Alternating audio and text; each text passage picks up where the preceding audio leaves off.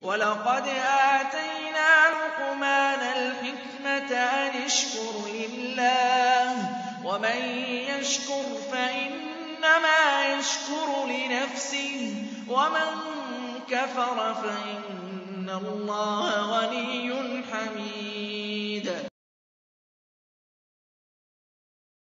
Bapak Ibu punya masalah apapun, sekecil sampai sebesar apapun, yang paling pertama jangan salahin siapa yang di depan kita menjadi penyebabnya. Tapi coba introspeksi diri antara kita sama Allah. Segera wudu, sholat, taubat, sujud kepada Allah, maka akan mudah urusan itu. Daripada kita sibuk nyalain si fulan, tidak ada gunanya. Kita tidak memperbaiki sumber masalah kita. Kalau kita kerja di perusahaan, apa yang membuat kita terancam tidak kerja lagi di situ? Pelanggaran kan? Itu masalahnya. Dosa. Kita sibuk melakukan dosa tanpa kita sadari sebenarnya itu sumber masalah kita. Sebagian salaf mengatakan saya mengetahui saya punya dosa dengan Allah kalau saya lihat perubahan sikap dari pasangan hidup saya. Istri berubah sikap, suami berubah sikap. Tunggangan saya, dia mau naik kudanya tiba-tiba kudanya kayak menolak. Atau kita mungkin mau naik mobil tiba-tiba macet atau kendaraan mogok atau kendaraan misalnya pecah bannya atau apa saja. Bahkan tikus masuk dalam rumahnya. Dia mengatakan bahkan tikus masuk ke dalam rumah saya itu adalah dosa saya. Sebagian di antara mereka teman-teman kalau lewat di sebuah tempat, tercium bau sampah saja, bau tidak enak, dia langsung beristighfar kepada Allah. Kok bisa sampai ke hidung saya? Berarti ada sesuatu. Begitu pekahnya mereka. Jadi jangan anggap remeh masalah istighfar. Banyak orang tidak bisa istighfar, Bapak Ibu sekalian. Banyak orang lisannya tidak bisa mohon ampun kepada Allah karena Allah tidak berikan taufik. Kata sebagian salaf, siapa yang Allah mudahkan lisannya istighfar, berarti Allah ingin mengampuni dia. Maka kemarin saya ingatkan, baca istighfar sampai ke ujung sana. Astaghfirullah wa atubu ilaih. Kata Nabi SAW dalam sebuah hadis Bukhari, Allah sangat gembira dengan taubat hambanya. Sampai-sampai lebih gembira daripada seseorang di antara kalian yang membawa seluruh bekalnya di atas tunggangannya, lalu dia pergi ke padang pasir yang tidak bertuan. Gak ada orang lain, cuma dia sendiri. Semua bekalnya naik ke atas untanya lalu dia jalan. Pada saat dia penat, dia istirahat di bawah sebuah pohon. Waktu dia bangun dari tidurnya, untanya sudah hilang. Lalu dia keliling-keliling mencari, dia tidak menemukan unta dan bekalnya. Dia sudah putus asa. Kata Nabi SAW, waktu dia sudah putus asa, dia bilang dalam dirinya, saya ingin kembali ke pohon tadi, saya ingin tidur lagi, semoga saja saya waktu bangun sudah mati. Maka dia pun tertidur, waktu dia bangun, dia melihat unta sama bekalnya ada di depan matanya. Kata Nabi SAW, bagaimana gembiranya dia, Allah lebih gembira daripada orang itu pada saat menemukan kembali tunggangan, dia bisa menyelamatkan dirinya untuk jalan dan dapat bekal makanannya, daripada Allah lebih gembira daripada orang itu. Allah senang dengan taubat kita. Kita putar yang kedua lagi, masih bisa kita berzikir. Baca subhanallah, alhamdulillah, wa la ilaha illallah, Allah akbar. Kata Nabi SAW, 4 kalimat yang paling Allah cintai. Bahkan beliau mengatakan dalam riwayat lain, saya mengucapkan 1 kali lebih saya sukai daripada terbitnya matahari. Maknanya apa? Matahari kalau terbit semua makhluk Allah bisa beraktivitas, kita beraktivitas, hewan-hewan beraktivitas, semua orang gembira matahari terbit. Orang bisa beraktivitas, terang semuanya, gitu kan? Maka menyebutkan zikir ini sekali lebih baik daripada terbitnya matahari. Kita baca la haula wala quwata illa billah. Kata Nabi SAW, harta simpanannya surga, la haula wala quwata illa billah. Ada sahabat dalam sebuah kisah disebutkan, suami istri, anaknya bujang, remaja, ikut jihad. Kemudian satu hari pulanglah pasukan itu, semua pasukan utuh kecuali anaknya 2 orang ini. Maka mereka mengeluh kepada Nabi SAW, ya Rasulullah, anak kami ikut perang, kami nggak tahu nasibnya. Kalau teman-temannya pun tidak tahu. Kalau ada berita dia mati syahid nggak ada masalah. Tapi teman-temannya nggak tahu kemana. Kami takutnya ditawan oleh musuh, disiksa. Apa kata Nabi SAW? Pulanglah, perbanyak ucapkan la haula wa la quwata illa billah. Maka tanpa banyak fikir, dengan penuh keyakinan, suami istri pulang lalu amalkan. Dari semenjak pulang sampai mereka tertidur. Di tengah malam, dalam kisah ini dikatakan dalam riwayat yang sahih, tiba-tiba ada yang ketuk pintu. Waktu kedua suami istri bangun buka, mereka kaget anaknya depan pintu. Bukan cuma itu. Dia membawa beberapa hewan yang merupakan harta rampasan perang. Ayahnya menanyakan, bagaimana ceritamu nak? Dia mengatakan, ayah, saya ditawan oleh musuh. Bahkan saya diikat dengan sangat kuat. Tapi entah beberapa waktu yang lalu, saya merasa tiba-tiba ikatan itu melonggar dan musuh-musuh semua tertidur. Lalu kemudian saya bisa dapat unta mereka, saya mengambil beberapa senjata mereka dan juga hewan tunggang mereka, saya jadikan harta rampasan perang, lalu saya pulang ke Madinah. Dan ayah ibunya tiba-tiba berpikir, waktu anaknya mengatakan beberapa saat yang lalu, itulah di saat mereka mengucapkan la haula wala quwata illa billah. Itu yang kita baca kemarin. Banyak orang tidak tahu dan tidak mengamalkan ini. Kita membaca salawat kepada Nabi SAW, baca salawat Allahumma salli ala Muhammad. Yang paling ringkas, bisa panjang. Kata Nabi SAW kepada seorang sahabat waktu dia bilang, ya Rasulullah, berapa waktu yang saya lowongkan nih, kalau saya mau lowongkan waktu misalnya 1 jam nih saya mau berzikir, berapa dari waktu itu saya lowongkan untuk baca salawat pada anda? Cukupkah seperempatnya? Kata Nabi SAW, bagus, tapi kalau kau lebihkan lebih bagus lagi. Dia bilang, ya Rasulullah, setengahnya. Kata Nabi SAW, bagus, tapi kalau kau lebihkan lebih bagus lagi. Dia mengatakan 2/3-nya ya Rasulullah. Artinya kalau 1 jam itu 2/3 saya salawat kepada anda. Kata Nabi SAW, bagus, kalau kau lebihkan lebih bagus lagi. Dia bilang, kalau gitu saya jadikan waktu yang saya lowongkan semua salawat kepada anda. Kata Nabi SAW, kalau begitu dibersihkan semua dosamu, dan kau akan diberikan rezeki dari tempat tidak disangka-sangka. Kemarin kita baca salawat, alhamdulillah, berapa ratus langkah kita jalan membaca itu. Di Masjidil Haram, di musim haji lagi. Dan kita berada di 10 awal bulan Zulhijjah. Yang kata Nabi SAW, ma min ayyamin al-amalu salih fa ahabbu ila Allah min hadhil ayyam ya'ni al-ashr. Tidak ada hari-hari sepanjang tahun, kata sebagian ulama, bahkan Ramadan pun 10 terakhirnya kalah dengan yang kita sekarang ini ada, 10 awal bulan Zulhijjah. Kata Nabi SAW, tidak ada hari-hari sepanjang tahun di mana semua jenis amal saleh wajib ataupun sunnah lebih Allah cintai dibandingkan dikerjakan di 10 awal bulan Zulhijjah. Dan kemarin kita umrah di 10 awal bulan Zulhijjah. Kita pun sekarang masih menunggu sambil ibadah 10 awal bulan Zulhijjah. Maka kata para sahabat, ya Rasulullah, walal jihadu fi sabilillah, wahai Rasulullah, jihad pun di jalan Allah, keluar meninggalkan keluarga, meninggalkan pekerjaan, bisa disiksa oleh musuh, bisa dibunuh. Sama itu juga belum bisa mengalahkan pahala amal yang dikerjakan di 10 awal bulan Zulhijjah, walaupun sunnah, makna hadisnya walaupun sunnah. Kata Nabi SAW, walal jihadu fi sabilillah, jihad pun di jalan Allah belum bisa mengalahkan amal-amal yang dikerjakan di 10 awal bulan Zulhijjah, walaupun jihad. Illa rajulun kharaja binafsi wa mali wa lam yaji bidzalika bi syai. Kecuali seseorang laki-laki yang keluar membawa seluruh hartanya, membawa jiwanya, dia punya 10 miliar dikeluarkan semua diinfakkan, kemudian dia pun mati syahid, dua-duanya habis, baru bisa menyamai amalan yang dikerjakan di 10 awal bulan Zulhijjah. Maka ini amal-amal yang mulia. Sudahkah kita syukuri semua ini teman-teman sekalian? Nikmat Allah yang melimpah, di masalah kita kerjakan saja itu. Gugurkan rambut-rambut kita pada saat kita cukur. Pahalanya besar sekali, luar biasa. Dan terlalu banyak nikmat-nikmat yang lain.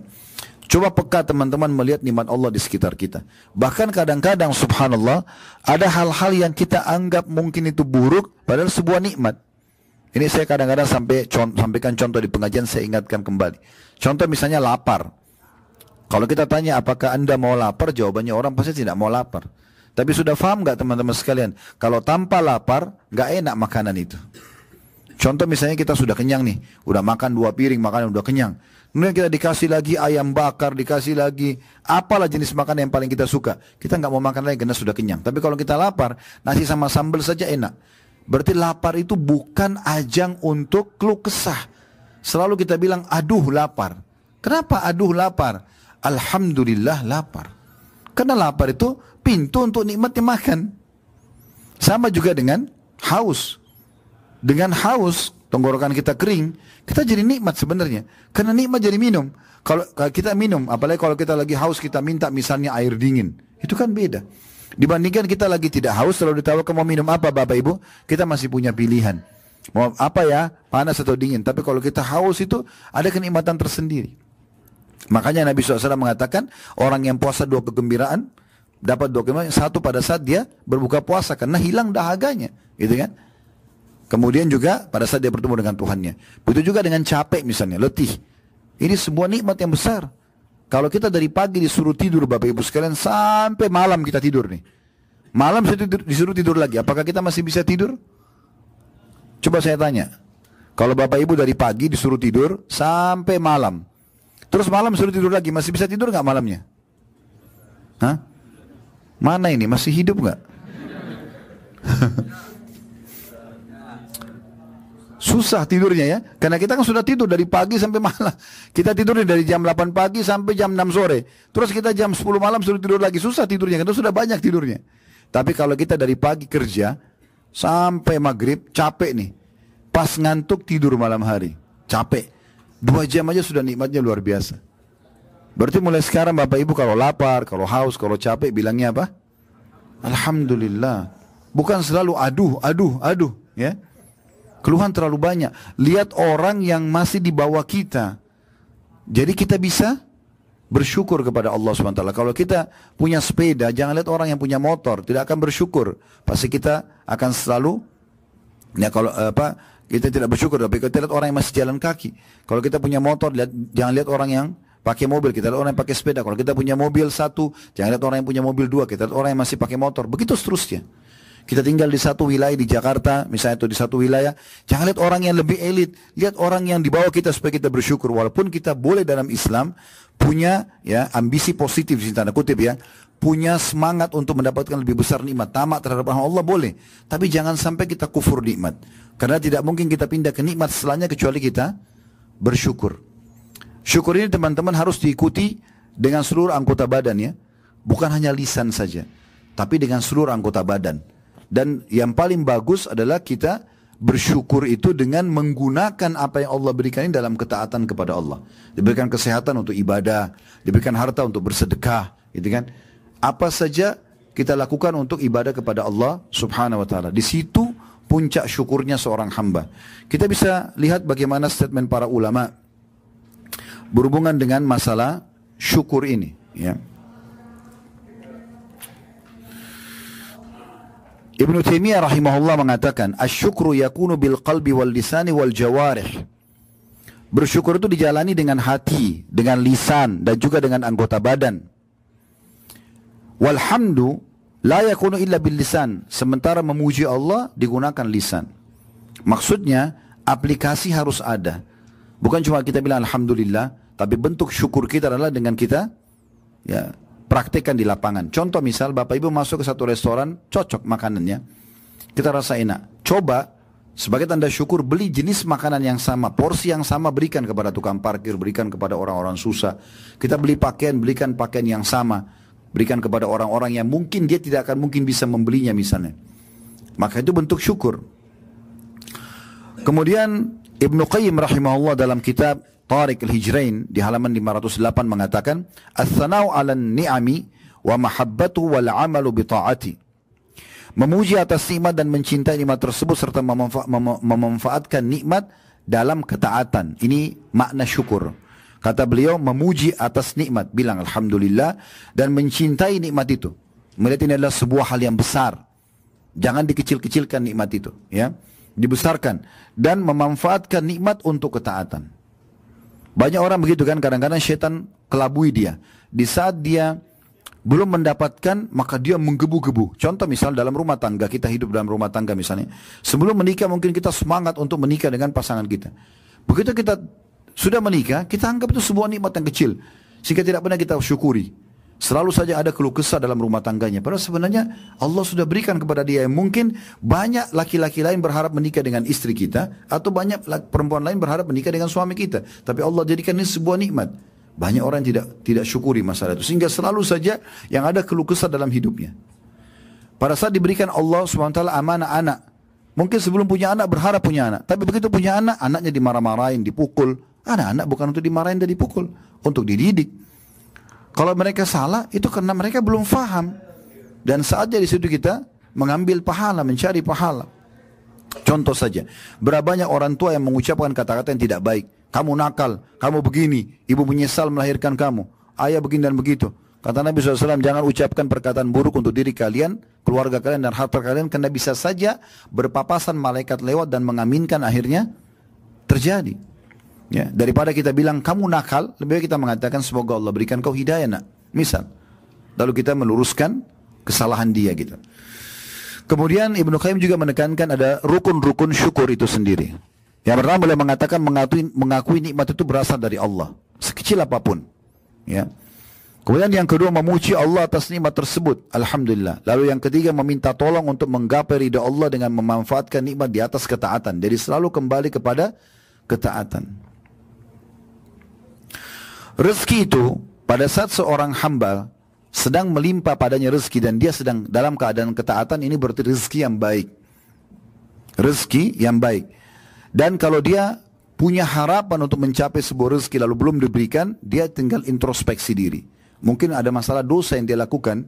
Karena kata Nabi SAW dalam hadis riwayat Ibnu Majah nomor 4022, wa inna ar-rajula la yahrumur rizqa bidzambi yusibu. Sesungguhnya seseorang itu bisa terhalang dari rezekinya karena dosa yang dia lakukan. Sehingga kalau dia beristighfar kepada Allah, bertobat, bisa kembali rezeki tersebut. Sebaliknya, kalau seandainya rezeki melimpah pada ahli maksiat dan sudah tegak padanya hujjah, maksudnya sudah sempat dijelaskan hukum-hukum agama pada dia, ini nggak boleh, jangan buat dosa, jangan mabuk, jangan zina, jangan ini, jangan itu, tapi dia tetap melakukannya, maka itu berarti tadarruj, tahapan siksaan. Jadi jangan bilang, tuh teman saya pemabuk tapi rezekinya banyak, benar tuh, ya, gonta-ganti mobil, ini jabatannya selalu naik, itu tadarruj, tahapan siksaan. Saya tertarik dengan statement salah satu sahabat sekaligus guru kami, Syekh Ziyad Hafidahullah di Jordan. Beliau doktor di beliau pakar hadis di Jordan. Pernah tabligh akbar datang ke Indonesia. Waktu itu pas saya ada acara tabligh akbar di Makassar dan beliau ada, saya minta beliau ngisi saja. Beliau bicara tentang masalah perkataan salafus saleh, masalah ibadah, masalah keimanan. Di antaranya beliau mengatakan waktu itu menyinggung masalah bagaimana kita bersyukur dan usahakan jangan mendikte Allah. Beliau kasih contoh dirinya sendiri. Beliau bilang begini, contoh saya, dia bilang, saya dulu saking semangatnya waktu menikah ingin sekali punya anak laki-laki. Maka saya bilang dalam doa saya, ya Allah jangan kau karuniakan saya anak kecuali laki-laki. Dia bilang subhanallah 5 kali istri saya hamil keguguran terus. Dan semua pada saat keguguran itu ternyata anak perempuan. Dia kan berdoa, ya Allah jangan kasih saya anak kecuali laki-laki. Takdir Allah perempuan, gugur anaknya. Maka dia bilang, saya datangi guru saya. Kebetulan beliau muridnya Syekh Albani. Beliau mengatakan, saya datangi Syekh Albani. Lalu saya katakan, Syekh, tolong kejadiannya seperti ini. Apa saran anda? Doakan saya. Kata Syekh Albani, semoga Allah berikan kau keturunan yang baik dan terima apa yang Allah berikan. Dia bilang, semenjak itu saya ganti doa saya. Saya mengatakan, ya Allah berikan saya keturunan yang baik. Maka sekarang beliau punya 5 anak, laki-laki dan perempuan. Semuanya dianggap sebuah nikmat yang besar. Nah, ini contohnya. Karena banyak orang kadang-kadang dia minta tapi maksudnya kepada hal-hal yang detail yang mendikte Allah. Jangan. Boleh nggak Ustaz kita bilang, ya Allah berikan saya pekerjaan ini? Boleh saja. Ya Allah berikan saya anak laki-laki? Boleh saja. Tapi jangan bilang, ya Allah jangan berikan saya kecuali anak laki-laki. Ini masalahnya di situ, ya. Ibnu Hazm berkata rahimahullah, wa amma man syakara bilisani wa lam yashkur bi jami'a a'dha'i. Adapun orang-orang yang bersyukur dengan lisannya tapi tidak diikuti dengan anggota badannya. Lisannya iya alhamdulillah, tapi tidak pernah bersedekah, tidak pernah memaafkan orang, tidak pernah ada tanda-tanda dia memang beriman kepada Tuhannya dan mensyukuri nikmat yang ada. Maka beliau mengatakan, perumpamaan orang yang bersyukur dengan lisannya tapi tidak diikuti dengan anggota badannya, famathalu kamathali rajulin lahu kasa fa akhadha bi tarafihi. Perumpamanya seperti seseorang yang memiliki atau mengenakan baju tapi dia cuma pakai ujungnya saja. Falam yalbisu, tapi dia tidak pakai, dia cuma ambil baju itu ujungnya, tapi dia tidak sempat pakai di badannya. Falam yanfa'u dzalika minal bardi wal harri wal thalji wal marad atau wal matar. Maaf. Dia mengatakan maka baju itu tidak akan bermanfaat melindungi dia baik dari dingin, dari panas, dari salju, bahkan dari hujan. Diambil dari kitab Jami' Ulum wal Hikam di jilid 2 halaman 84. Artinya kita harus selalu bersyukur kepada Allah Subhanahu wa taala. Begitu juga dengan sabda Nabi SAW yang masyhur, agar kita selalu mensyukuri nikmat, lihat walaupun itu nikmat kecil. Kita bisa minum seteguk air saja sebuah nikmat. Kita bisa merasakan dengan lisan kita makanan tersebut bedanya, oh ini manis, ini pedas, ini asam, ini asin, itu sebuah nikmat. Hidung kita masih bisa membedakan mana wangi, mana busuk sewaktu seketika, sebuah nikmat. Sehingga kita masih bisa membedakan mana intonasi yang keras, yang lembut, itu juga sebuah nikmat. Banyak nikmat kita. Tangan kita masih bisa bergerak sebuah jari-jarinya, semua nikmat yang besar. Maka selalu bersyukur kepada Allah SWT dan jangan sampai digunakan dalam kemaksiatan kepada Allah. Karena Allah bisa angkat nikmat itu dengan kemaksiatan. Kata Nabi SAW dalam hadis sahih, hadis hasan, ini disebutkan oleh Imam Ahmad jilid 4 halaman 278, man lam yashkurul qalil lam yashkurul katsir. Siapa yang tidak berusaha bersyukur sesuatu yang kecil, maka dia tidak akan bersyukur dengan sesuatu yang besar. Maka kita harus mulai dengan hal-hal kecil kita syukuri, baru kemudian menjadi besar. Abu Hazim berkata, kullu ni'matin la tuqarribu min Allah azza wa jalla fahiya baliyah. semua nikmat yang tidak digunakan untuk mendekatkan diri kepada Allah, maka itu hanyalah sebuah musibah. Oleh karena itu, untuk mendapatkan apa yang dijanjikan oleh Allah Subhanahu wa taala dalam surah Ibrahim, A'udzu billahi minasyaitonir rajim, la in syakartum la azidannakum wa la in kafartum inna adzabi lasyadid. Kalau kalian bersyukur saya akan tambah, kalau kalian kufur maka azabku akan pedih. Itu dengan cara kita bersyukur terhadap hal yang kecil dulu, maka yang besar akan kita dapatkan. Sebagai penutup teman-teman sekalian, setelah ini kalau ada yang mau bertanya silahkan. Kalau kita membiasakan diri sibuk dengan ibadah sunnah, misalnya sholat-sholat sunnah, maka pastikan sholat wajib kita aman. Karena tidak ada orang yang melalaikan sholat wajib mau sholat sunnah, itu nggak ada. Tapi kalau kita biasa sholat qobliyah, sholat ba'diyah, sholat duha, sholat tahajud, sholat wajib kita pasti akan lebih terjaga. Kalau kita biasa puasa Senin, Kamis, Ayyamul Bid, puasa Ramadan datang biasa aja. Orang yang biasa umrah, pergi haji begini ringan bagi dia. Ya. Orang yang biasa sedekah kecil, maka yang besar juga dia tidak ada masalah. Maka ini semua masuk dalam aplikasi hadis tadi. Ya, maka kita syukuri teman-teman sekalian, selalu banyak bersyukur.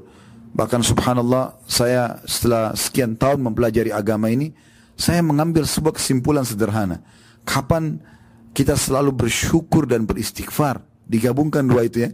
Bersyukur atas nikmat semua, ada salah kita mohon ampun kepada Allah, pastikan tiket kita sudah siap untuk menuju ke surga.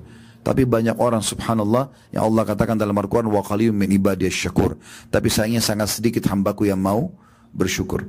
Ingat cirinya tadi saya katakan, bersyukur itu orang yang jarang sekali berkeluh kesah, bahkan tidak berkeluh kesah dengan lisannya, tapi selalu bersyukur. Ya.